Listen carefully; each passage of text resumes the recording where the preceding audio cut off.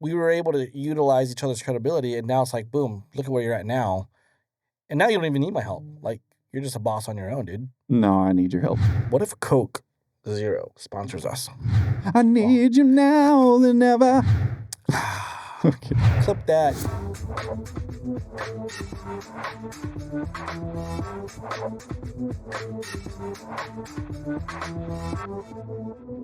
Yo, what's up, everybody? Welcome back to another episode of the Entrepreneur Experience Podcast, where it's all encompassing from entrepreneurship to business to, well, that's almost the same thing, but a little different. And, yes, has differences, but similar. Yeah. Yep. And then really cool stories from people. And even if you're not an entrepreneur, I've been hearing good feedback from people hearing success stories. They just really get motivated by it. And then even the deeper meaning of what success is. So you are in the right spot if you like it. Yeah. Well, officially, let's introduce each other. We have Jared Taylor with JT Visuals without the I, because there's more that meets the I. But apparently, not too long ago, they found the I more for SEO and domain purposes. But still, it's kind of fun to like talk about that, because for so long, everybody knew you as the guy without the I. I always knew what the I was. Right. I always knew all along. It's the people behind the camera. To be honest with you, I just like saying it. Okay.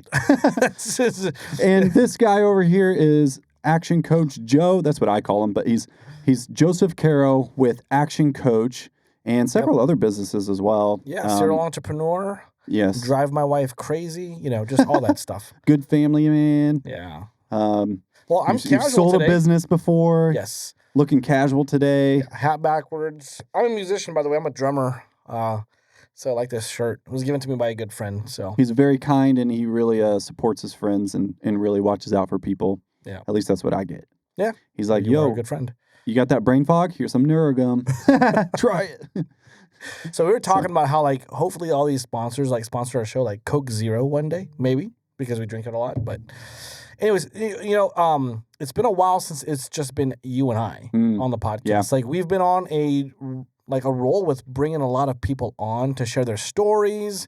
Yeah, some high-profile people, some local Kansas Cityans here. Yeah. Even somebody from San Diego, Chris Knoll, my good friend when she came down for a growth club. But I'm actually excited about today's podcast because now it's just back to you and I.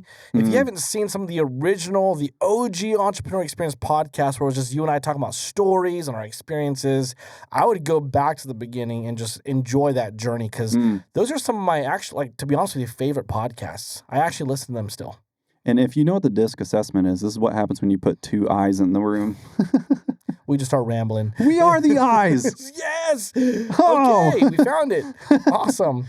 Okay, man. Jared, why don't you position this podcast well for what we're going to actually talk about? Because you came up with the idea. Yeah. I thought it was amazing. Okay. And let's just roll with it, dude. There's a couple things. So the first thing is I'm trying to test and measure a content strategy. Okay. That is new to me, which is actually coming up with thumbnails and titles before you even do it.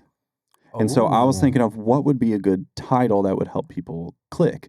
Well, also, the other side of that is in where I am with my business right at the verge of growth, I want to reinvest a certain amount of money to help it grow and put it where it's going to help truly, I keep saying grow, but grow the business. Right. And increase profits and the money and for it to be worth it and for me not to screw myself or shoot myself in the foot. And so we had a really awesome coaching session about hey, where should I allocate all of this? Because even though I have an idea of it, I want to make sure with accountability from someone else who has done it to make sure that I'm doing the right thing and really just hear the open feedback because I can convince myself all day long when it's just me that it's the right thing. And I could, sell myself on it. Yeah. But having someone else bring their perspective, man, it meant a lot. So with that being said. With all that to say, today's meat and potatoes is all about if you had a certain dollar amount of money to start a new business, what would you do with it? What would be the budget? How would you allocate the money? How would you allocate the money? And I would even say not just to start a new business, but if you have to start all over again with what you're doing. Or that, yes. Because there's oftentimes setbacks. Yeah. Yeah. Or you get a loan or something and you want to be able to reinvest it properly. Pretty much. Well, I mean, when you start your business, every level of like, hey, I'm going from $0 to $5,000 a month, 5 to 10, 10 to 15, and whatever it be. It's almost as if you have to invent what you have to do because you're learning all these things all over again. And even something from 5 to 10,000, you really think about that, that's 100% growth, right? Yeah. 10 to 20 grand, that's 100% growth. Yeah. 20 to 40, that's 100% growth. So there's a lot of $0 changes. to $10 a month is 100% growth. Is like a million%. Yeah, million. Yeah, that's true. That's true. But so I guess where we're gonna really land this plane and really talk is, if I had to start all over again, or if I started a new business and I only had, let's say, $10,000, like saved up or an investment, or you pulled out a loan, 10 grand. Because nowadays, 10 grand, it's not a lot. That's not a lot of money. So this one almost feels like a game show style. Like, kind of, yeah. Hey, if you had this, what would you do? Because we need to like do it based on a couple different types. Maybe like a product type business, and then do it for a service type business. Yeah, but I think that because some of them have inventory of physical items. Yeah, and so maybe to generalize this though, like I think like a lot of businesses have like very, very universal fundamentals. Yes. Like if you have product, yes, you need to put money into getting product available. Now, if you do like drop shipping or anything virtual and it is a product, you might not need to hold on to a lot of product. But if you're like using Amazon to ship things out, yeah, you're going to have physical products so they can ship it out. Right? But let's say you do drop shipping, because that's a new thing now, right? Like people like sell products and swag and they drop ship it. So we should start at $0 for products, like, and maybe it's drop. Yeah, I would say like zero. Like, let's say you have some product, you have an idea, you have something, and now you need. You just got an LLC. You just got an LLC. Well, that's the thing. Like, you have to start with getting legit. True. So yeah, so you're taking some $10,000. Yeah, exactly. Okay. So the first thing is first. Number one, I mean, before you even think of the 1,000 and all that, you have to know exactly what you're going to sell. Is it a product? Is it a service that you're really, really good at? Is it is it good for the buyer? Like, exactly. Genuinely. Well, and that's another point. Before you even spend any money, you have to know who your buyer is going to be. Yeah, so you can do a lot of research, and that's free. Yeah. Now, you might have a business where it's almost very obvious who your buyer is. Like, let's say you're a plumber and you're going off on your own. Like, you know who your buyer is. Homeowners that have emergency issues with their plumbing, at least to start. But even that's broad. But again, as you run your business, you're going to start to narrow down how that buyer looks, acts, makes, things like that. But as a plumber, generally, you're looking for homeowners or landlords that have homes with plumbing that will need a plumber if anything were to go bad, or to be proactive to like change water heaters and, repipe a house or anything like that. Let's say you are a videographer. Oh, look at that, right? So videographer starting with $0. Yeah. But that's another thing. Like, what type of videography are you going to do? Because there's so many avenues you can go with videography. Like, name a few. Oh, you could go wedding route. You could go business to business, which is actually, like, I would start there, like business to customer or business to business, and then double tap even more. Right. Because business to customer, now you're looking at weddings, events, birthday parties, and then, I don't know, making memories. Like, like you went legacy, making a like estate planning kind of videos and things like that. Or for realtors, you're doing videography for like houses that they're listing. Yeah, now realtors are starting to get like that mixed ground of they're a business, but kind of not, but kind of are. Yeah. But if you do an agency, then that's definitely B2B. True. It kind of depends how they're set up. I would say so, but I think that realtors themselves, though, like, because they bring you clients, it's more of a commercial type of client, in my opinion. Honestly, like, if you didn't know, like, and you were an artist with a camera, I would go and try all of it just to see which one you like the most. Yeah. And then which one are you actually good? Way to start. But sometimes you start off because you're already doing something well. Like, for example, you started off with doing stuff for churches, right? Like, that's how you started. Yeah. When we met 3 years ago, it was like you were the videographer for your church and you did all the creative stuff. And you wanted to bring it to the private sector. It meant testimonials. Mm-hmm. It meant stories. And then some of the extra creative stuff. Yeah. So to go back to like when you start with nothing, like you have to know what you're going to sell, product, service, skill, whatever that is, and you have to know who to sell to. You can't just say, I'm going to do this and let me just throw money at product or equipment, right? Like you also have to have a general idea of who you're going to go after. Sometimes people buy the gear before they like you'll go all in and start the website even and pay for website services even though you haven't brought in your first dollars yet. I wouldn't do that. Like I did that and I wouldn't do that. You might create a website that attracts a total opposite of who you're actually trying to attract. Like your website that you build because you have no idea who your ideal client is, you might start attracting with that brand a client that you don't want to serve. And then by default, those are the people finding you. So really, like, entrepreneurship is one of those things where you have to have some planning going on, but you also have to jump off the ledge while you're planning. Yeah. So, but the basics are like, what do you do? What are the basics of what you need to run the business? And who are you going to try to attract? Yeah, because you need to build your portfolio now if you're in the video world. And so I would actually advise go cold email and cold call a bunch of people to do free content for them. Just as a way for you to build your portfolio. Most of them will say yes. And if you get those ones that are very credible, like a really high influence business, that you could put that on your website to build in the future, or like just say, hey, I work with this kind of business out loud, then I would do that. And then I would do the good old fashioned door knocking. Like we're talking $0. Like, hey, I got a camera. I like your shop. Can I record you pouring that coffee? You know, like, just do the things. Well, there's a lot of people on Instagram that do that. They're like, "Hey, like I'm a videographer." And then that's what I would do. This and I would make it into content and put all the time and effort into that to building the influence and the audience. Right. But what about somebody who's not a videographer? Right. Like, now let's it's say a different. Plumber, right? Okay. I would still say social media. Yeah, but we're getting into the marketing part, which leads me to the next section is go make money. Like, it's totally okay to make money before you even have your website, before you have your Google My Business, before you have all that. So let's assume that you already have your legal status, LLC, whatever state you're in. Yeah, and all those things like that. Whatever you got to pay for certifications. Yeah, and that's like $70 to just register with the state, and then you can do all the things like get your EIN through the IRS by yourself. But as you're doing it too, like at least the branding side needs to go, like as you're going. Yeah, do it as you're going. So like, oh, I just got an LLC starting a new business, guys. Follow and do it on your personal use social media on your personal, And then, oh, I just got certified. Here we are. Let's go. Like, and it could just be a photo in like 2 sentences, and it would go so far.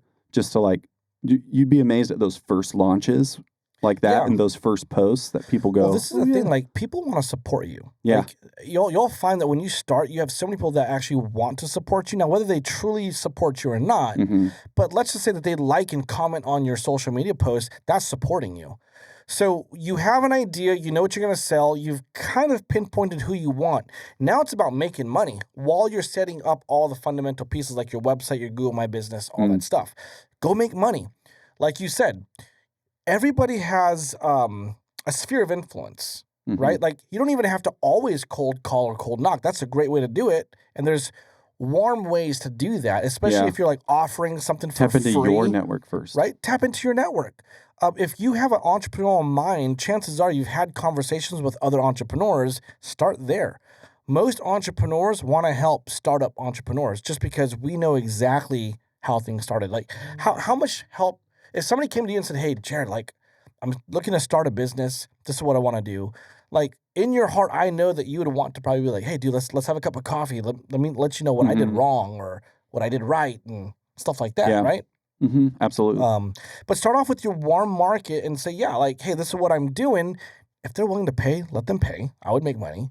But there's also things that you can do to say, hey, look, I would love to be able to get involved and help you out so I can use that on my social media, my website, my this. And there's a lot of people that would be like, I'll give you a chance. Yep. Right? Whether you do it complimentary or you do it for way lower than what you normally do it for, just to kind of cover your expenses.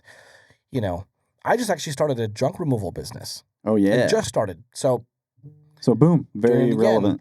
It's exactly what we did. We went to all our friends, our realtors, and we needed content. You have like a night of drink some wine or something like like something special, and invite some other people around with you, especially if you're starting with other people, and like invite, like text, call, like while you're doing that.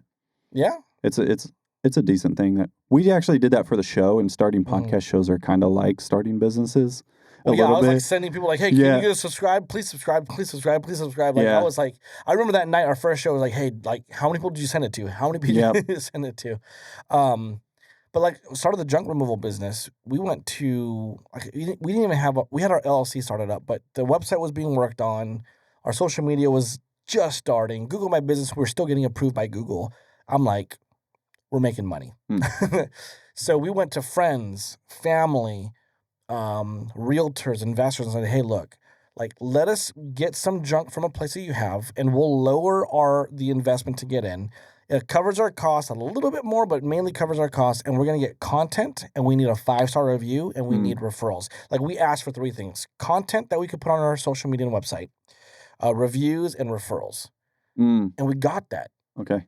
And then we were able to like afford door hangers. So we got door hangers with that money, and we put up door hangers, and now we started getting people that paid full price for our stuff. Okay. And we still don't have enough of them, so we're still helping out the realtors still. We're getting content.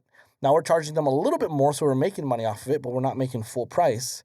And then now we're able to market even more on Google and Facebook, and now we're getting other people paying full price. So it's like it's that that cycle. And I heard someone say once, it's like sometimes you got to make your first dollars before you go and make your $1 million. You know, like you got to roll into if you haven't made one. Yeah, and sometimes we focus on, the elephant first rather than the little things that lead up to it. Yeah, absolutely. And that was me. That was my story too. Like, even though I started with some, I was already going a little bit, but, and I mean, when I say a little bit, it was like $1,300 a month was what I was bringing in at this time, which feels like nothing. Now it feels like nothing, right? Yeah. But when I was doing that, well, you had one client, and we started working together. One retaining. Well, so the story between Jared and I is you kind of did that with me, like, hey, let me help you out with content. And I'm like, I'm a business coach. I could use content, especially if it's very good. So I played it a little bit. Yeah, and all I know is content, but I didn't know business. Yeah. And I said, Jared, in exchange, I'm going to invite you complimentary to all of my networking groups, all of my I remember going to ACA and all the stuff. And it wasn't me. You still had to put the work in it, but we were able to utilize each other's credibility, and now it's like, boom, look at where you're at now. And now you don't even need my help. Like, you're just a boss on your own, dude. No, I need your help. I need you now than ever. More than ever. Or however the words go. So. Okay, well, this is about we should edit that in if you're an editor. We should edit that in, right? Okay. You just got to say the key phrase, clip that. Clip that. And then I want the people to see me say clip that, and then the music comes in. Okay. And I need you. Like, clip that, right? So. Yeah, and then at the end of that edit, talk about how we're saying how it should be edited before it gets into the beginning. I think this is why we always got guests on, so we stay on track with actually talking about what we're supposed because we can hone in on this. Yeah. Well, let's. We did 0. Do you feel confident with that? I mean, there's more you could do, but at the end of the day, I even talked with you about it not too long ago about, like, what is the priority? Making money. Yeah. Like, make money and do the things that's actually going to get you money. So you need money now, and you need to do things that will make you money in the short term, and need things that make you money in the long term. Yeah. So make a sell now. I said, like, do things for free, like in the videographer, but sometimes people hang on to that too long. And so you just need to do a few just for your portfolio, and then boom, now you got your... And sometimes you don't even have to. You can go back and look at old stuff that you've already done, shoot your family stuff and all that, and use that, and there's your credibility, Yeah. Well, I remember in the beginning, even with just coaching, I told people that I would coach them complimentary, but I never put an end date on it. And so when I wanted to have an end date, it was hard to have a conversation. Oh. And I had already expired the value that they were giving me to do it for free. At this point, it was like I was the most valuable person. Yeah. Not to be the cocky, it was just... Well, if you take someone from $1 million to 10 million, then you're doing it for free, like, that's unmoral to me. And those clients will most likely never stick around with you. Like you've used each other and helped each other out for a season. You know what I mean? Now I don't do anything complimentary anymore. I don't need to and I don't want to. At this point, if I do, it's like I really think about it and it really has to make sense. And it's very rare. Okay. Yeah. So, but then if I do it, it's like, we'll do it for 2 months. And after 2 months, if you like it, this is what we're going to do. Right? So that's kind of how that works. All right. So now you're starting with $10,000. So you have $10,000. $10,000. So you have your product, you have your service, you understand what you're going to do, you know, your target market, you know, you've done all that kind of stuff. Now you have $10,000 saved up in capital to be able to jumpstart a portion of your business so that you can get clients, make money, and scale your business. Yep. What would you do first? I'm going to ads. Yes. I'm going to ads. Why would you go to ads? Well, read Alex Hormozy's book. That's why. He has like 3 or 4. Like which one? Oh yeah, what was the $100 million leads? Yeah, that was the one that we read together. Yeah, that's the one. Like, and he's like, dude, I am addicted. Like, doing ads is like having it's investment at a certain point. Once you start getting through the hiccups of the losses at the beginning, then eventually it's like the more you put in, the more you get. Yeah. And so it becomes an investment opportunity and really just starts bringing in money. But if you want to get the word out fast, it's going to be underpriced attention. And I think that's ads on social media still. Yeah. It's still very effective, and it's YouTube promotions as well, and it's Google ads. Google's the most expensive now, though. Have you noticed that? I have noticed. Yeah, Google is pretty expensive. With search and everything, and you might not see the ROI in 5 months. So I would weigh that one. Maybe spend a little bit for an expert. What would you do? Yeah, so when it comes to Google, I always suggest get an expert. I remember a long time ago trying to figure it out on my own, or even having my in-house people figure it out.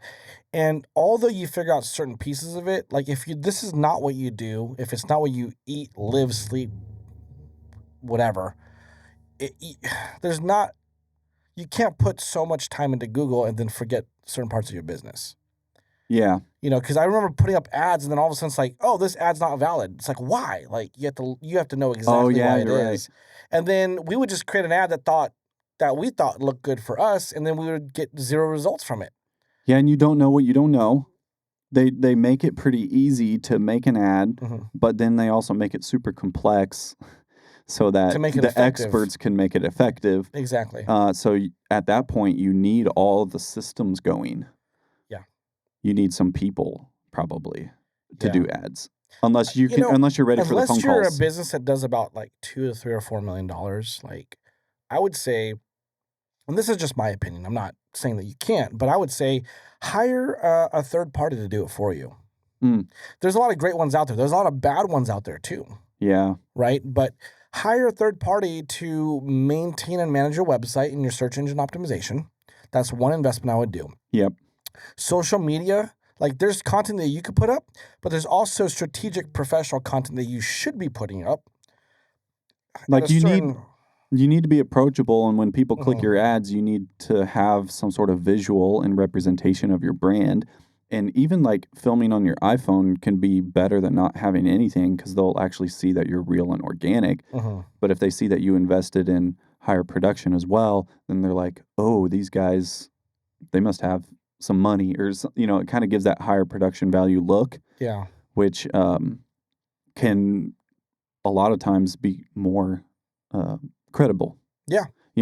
But I don't want to like only sell that only works. But when you're doing it for ads and then people land on your page, it needs to be clear and concise, and really investing more into the messaging part of it is going to be the highest return on investment than the quality of the camera thing. Yeah. Well, another thing too is like you said, the messaging, the consistency, all that kind of stuff, that matters more than like having everything look the way you want it to look sometimes too. Yeah.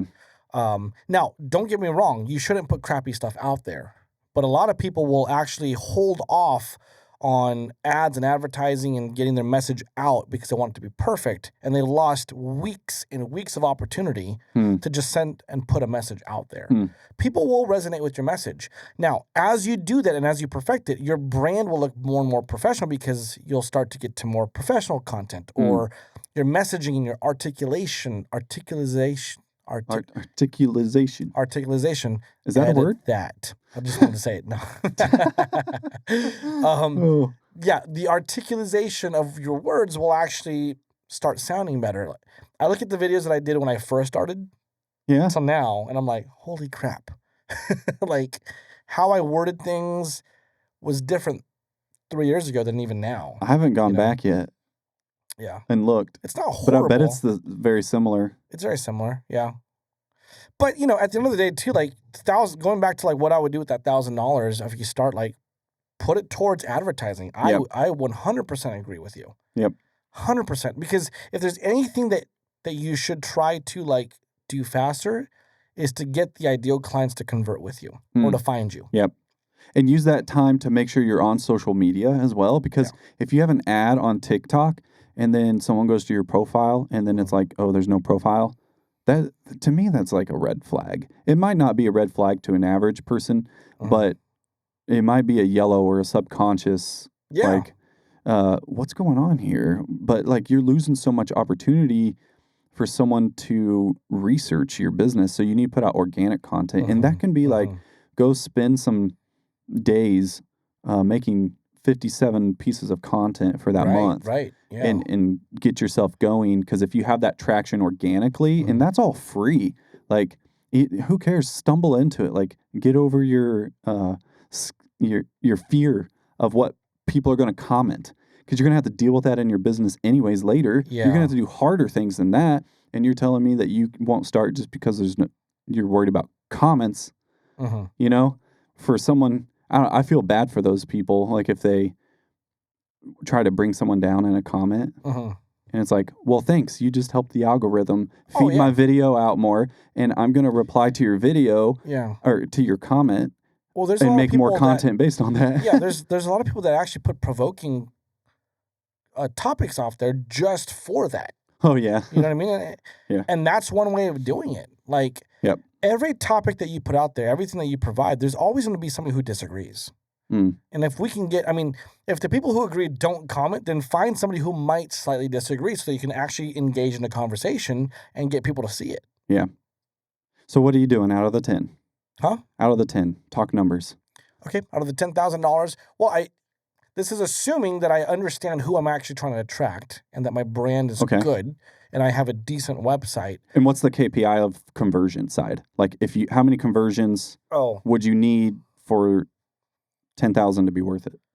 Well, it depends on how much you sell your service or product for. Yeah, but like in your ideal situation, just our made up thing. I mean, I don't know. Let's say it's depending on industry, like home service industry, if I can convert like 40 to 50% of my leads, if I'm not the cheapest person, but I'm mid and not the most expensive, 40 to 50% conversion is typically a good thing in my opinion. If you're converting too much, that means you could probably be really, really cheap. You know what I mean? Or you're discounting a lot. I remember my first successful business wasn't going to be successful because we were converting 90% of our leads, but we gave on average about a $300 discount on every single job that we did. So we walked into our business coach when we first started and we're like, we convert 90%. And she was like, cool. I looked at your website and you give discounts to almost everybody that breathes. We're like, but we want to convert. And then so when we started doing the numbers, we realized that we were only breaking even. So we were really busting our back just to break even. And and you were already established at this point, so it's not for about a year and a half. Yeah, we were established for a year and a half. So my wife and I. It's not like you did it as a marketing tactic to like get more reviews and stuff? No, we just thought that was the way to do it. Like, we were competing on price because we wanted to get people in. I also had 3 kids, and, we just took a leap of faith, and I had failed 8 businesses prior, so I'm like, we just need money. And money was coming in. We're like, discounting works, you know what I mean? But we weren't even, like, expensive. We were the cheapest people then discounting. Oh, like, man. That was hard. Yes.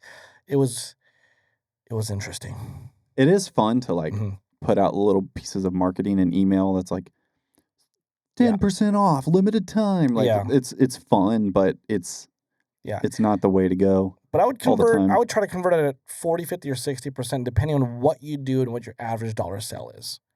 This is like really assuming that you know who your target client is, or you're learning who they are. Okay, so let's go like, if it's a high ticket offer, like maybe, dude, it's as little as $1,000 a month for a year would be worth one conversion. But if that's at like minimum. Well, but let's then just it's say like, that you put $2,000 a month towards anything ads, and an extra $1,000 for somebody to manage it. So that's $3,000 a month total, right? Yeah. Let's say from that you get 10 qualified leads. What is that? $300 a lead. Yeah. Then you convert 2. At what? You converted 2 at $1,000 a month. That's $2,000 a month. Oh, then 2 months pays it all off, right? Well, no, because that's 6,000. 2 months pays it all off, but let's say you do that on a monthly basis. Well, you do the math and you find out. Yeah, because the thing is like, even though you're only bringing in $2,000 a month for the new clients coming in, and you're paying $3,000, the $2,000 a month for the clients you closed last month, now they're paying this month plus another $2,000. And this is for ads. Like, that's what we're talking about right now, because those are like the ROI for ads has to be conversions. It has to be attention and conversions. Exactly. Or like some sort of number. It has to be conversions, but you have to convert at the right price, because you have to make more from what you converted than what you're putting into the ads. Yeah. Does that make sense? Yeah. So if 1 month it was $3,000 you've invested, and you got 2 clients paying $1,000 a month each, and their lifetime value was a whole year, that's $24,000 you made by investing that $3,000 that month. There we go. Yes. So you got to think like that. Now, let's say you do that every 2 months. So it's $6,000 that you've invested for $24,000 in 1 year. $6,000 invested. Yeah, so let's say you don't convert 2 every month. Let's say you convert 2, and then 1 month goes by, you convert nothing. And then the next month goes by, you convert 2. So like, let's say you're converting 2. An average of 1 a month. So now the cost per conversion goes up, but that's still, you make $24,000 for that whole 12 months average lifespan for that client. So then it's worth it. It's still worth it. Yeah. For me, we have more of a higher ticket offer. So if we're spending $1,000 on ads a month, then one conversion is more than worth it. Yeah. And that's crazy. So like, we could even your average lifespan per client is about what? It's a year. A year or 2. Well, I mean, it could be it's longer, but we deal in yearly contracts on average. Exactly. So you have at least 12 months, almost not guaranteed. I mean, you still have to put up your value. Yeah. But there we go. Yeah, so I would put up ads. And this is the thing, like, if you just started the business, you're probably refining what your brand is, and you will probably not have it exactly there. Even your ideal client. But the thing is, you need money. Yeah. When you start your business, you need money. And if you have $10,000 to start, you might need upgraded equipment, but here's a question I would ask you. Could you still do it with what you have now? Because if you take $10,000 and upgrade your equipment, but then you don't have anything to put into ads to get new clients in the door, you could have really nice equipment and still struggle financially. Yeah, and then you're paying interest depending on where the money came from. If you got that as a loan, now you're paying interest. If you got it from a family friend, now your family friend saying, "Hey, what's going on with your business?" Yeah. Or if you sold it to an investor for like a small portion just to like get that kickstart, then it's like, oh, well, now you owe that much and you didn't get anything from it. Well, most investors now you need more funding.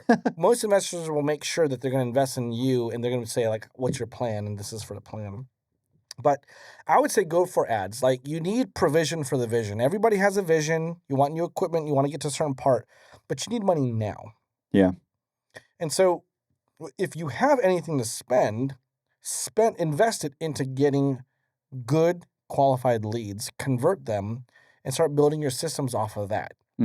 If you have nothing, then go for branding yourself really, really well, getting people to use you at a very, very lower investment in exchange for credibility online and referrals. Yeah.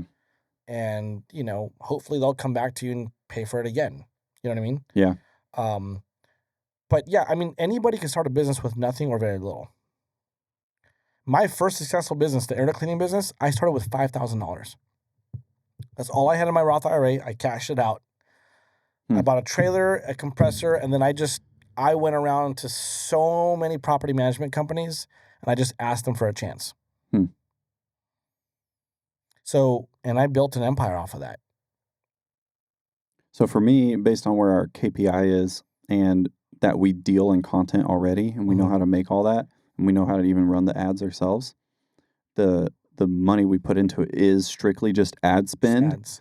I forgot that. You guys can do your own ads. Yeah, that's what's awesome about yeah. Anyway, so I'm thinking 5,000 or 6,000 of that to go towards ads with 1,000 a month and split it between Google and Facebook. I'm not going to go to any of the other ones and experiment with it. I know that like Facebook can convert.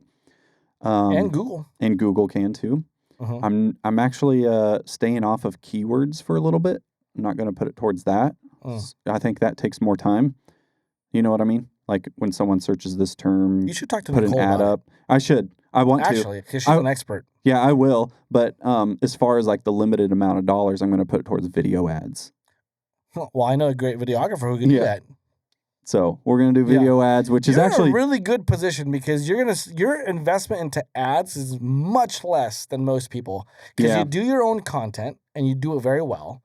You know how to run your own ads. Right now, all of it's just ad spend. Yep. And then because of that, I want to put a portion of it to help on the backside because if we're going to get a bunch of phone calls and leads and stuff, I want to make sure there's someone in place. So I want to invest in a person to be able to do that and make sure the system's good for it. So I'm taking $2,000 for that to at least kickstart it and because if you convert the first month or second month, then that can just take care of that person. And even we can go out to 3 months and sustain that.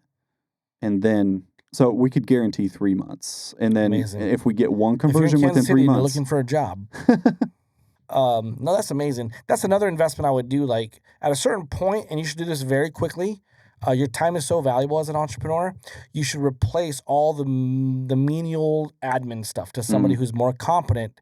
And it's not that you're not competent. It's just in most cases you don't have the time for it, which makes you incompetent because it doesn't get done and it doesn't. And get sometimes done right. I feel like I have the time and I promise the time, but then I start learning I don't have the time. This is bad. Yeah, I need to deliver better, and I need to have I need to share the load more because I'm stressing myself out, even though like mentally I'm not as stressed, and I feel like I can do it. But then it's like you look at the clock and oh crap, I gotta go home. Yep. And then like I'm trying to be real present at home, but then there's this lingering desire to want to continue to work and stuff, and which it comes back at like maybe 8 p.m. or so, depending on that's why I don't where it is. But it's like I don't want to be that person all the time. I do not take my laptop home for that very reason. It does not come home with me. Nice.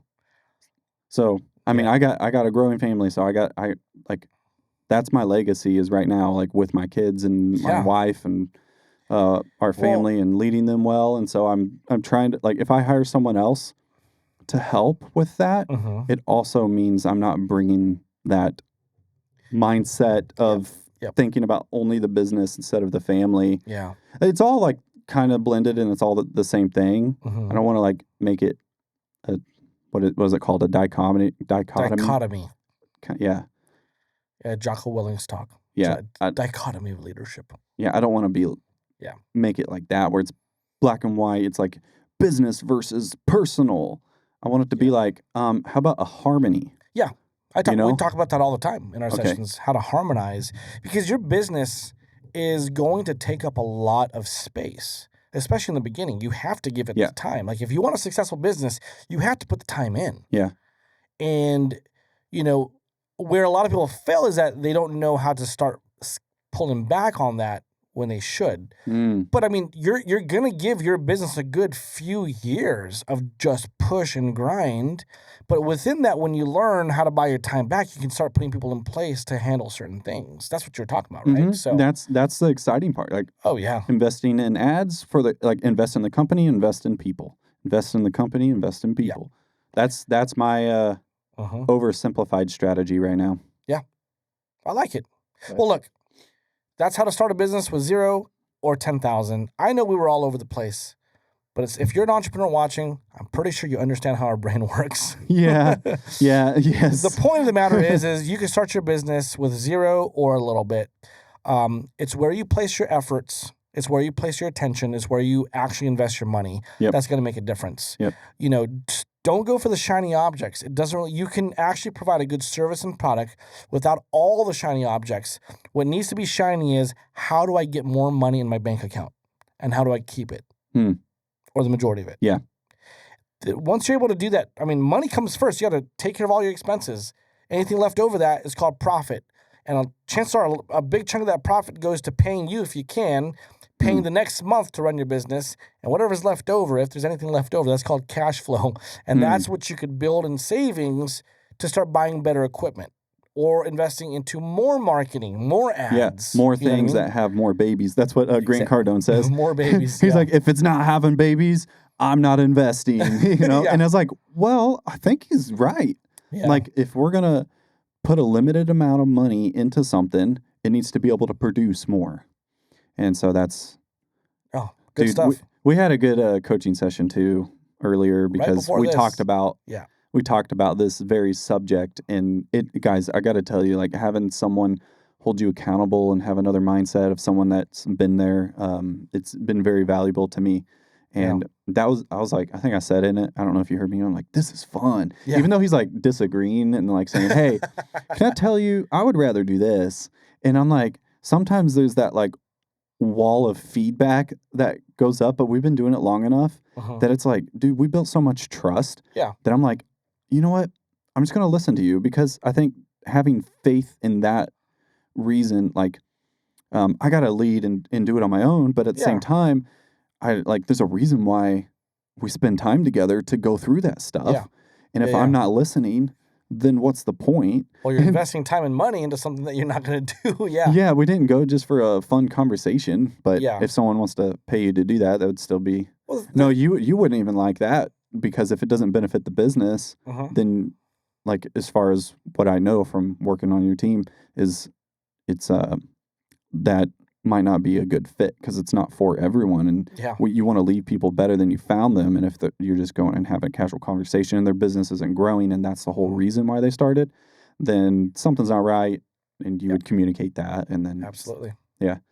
But hey, guys, if you liked this episode with this topic of, if I had $0 to start a business or continue my business or reinvest in it, or if I had $10,000, what would we do? If you liked this conversation, we'd love to open it up to 100,000, or if we open it up to even 1 million, like, where would we go? I've never invested $1 million. I've done 100,000 or more. We can play more on theories, but also at the same time, if anybody is there, leave a comment below. We could bring you on for that episode. Why don't we do this? Like, if you also have a great idea of what you should use $10,000 for to either start up a business or start all over again, give us the top 4 things that you do in the comments. Yeah. And if it's exciting, or if it makes a lot of sense and you're here in Kansas City, we'll probably try to invite you onto the show. How about that? Yeah, do that. Start with the comments, and then if not, we can read through the comments on another episode and see what you guys did. And then we want to know the bottom line. Was it worth it to you? Yeah, true. Well, and that's another thing too. Like, in business, there's a beautiful phrase, and it says, you have to test and measure. And I was talking to one of my coaches the other day. I was like, that phrase is like so innocent and sounds so nice, but it's the hardest freaking thing that you have to do, because number one, we're impatient. We want results. We want all this kind of stuff. And it's my money and I want it now. And it's emotional, because if it doesn't work and it was your best idea, you're like, dang, business is like brutal. Yeah. So, anyways. Yeah, and then you don't want to keep getting creative and be like, if I move this here and move that there, and like, if I take this from this budget and move it here, like, that's got to stop at some point, right? It does. So yeah, comment below. Also, if you have a business, service, or product that could benefit other entrepreneurs that are listening to this, consider sponsoring this show. We're going to start opening slots in the middle or even throughout the podcast, where we could either read your business, or we could actually film a video for you, record it, and actually put it on. So the packages are different. We're actually excited about that, because we want more entrepreneurs to benefit from the listeners, and our listeners are growing. I mean, it's exciting to watch what's happening. Yeah, it's awesome. And so be one of the first. Like, there will be a number on it, and then we could retroactively go back, like after we hit 100,000, be like some sort of celebration. We can actually track who was our 130th, who was our 130th subscriber. Yeah. And then, like, oh, you won, or things like that. So it's fun. And I have all those ideas, and I want to implement on those. So also, we have a Kansas City audience. So if you're in that area, it definitely helps. Go to jtvisuals.com/sponsor. That's JTVisuals without the I, because there's more than meets the I, .com/sponsor. And you can check out all the options. And we also have some other shows on the network too, if you were interested in getting more reach. Too, yeah. So absolutely. Well, cool, man. Look, it was so fun doing this with you. I'm actually excited to see who's going to write in the comments, and if we even should move forward with if I had $100,000 or $1 million. That'd be cool to workshop that a little bit. So, anyways, guys, stay strong out there. And keep on keeping on. See you later.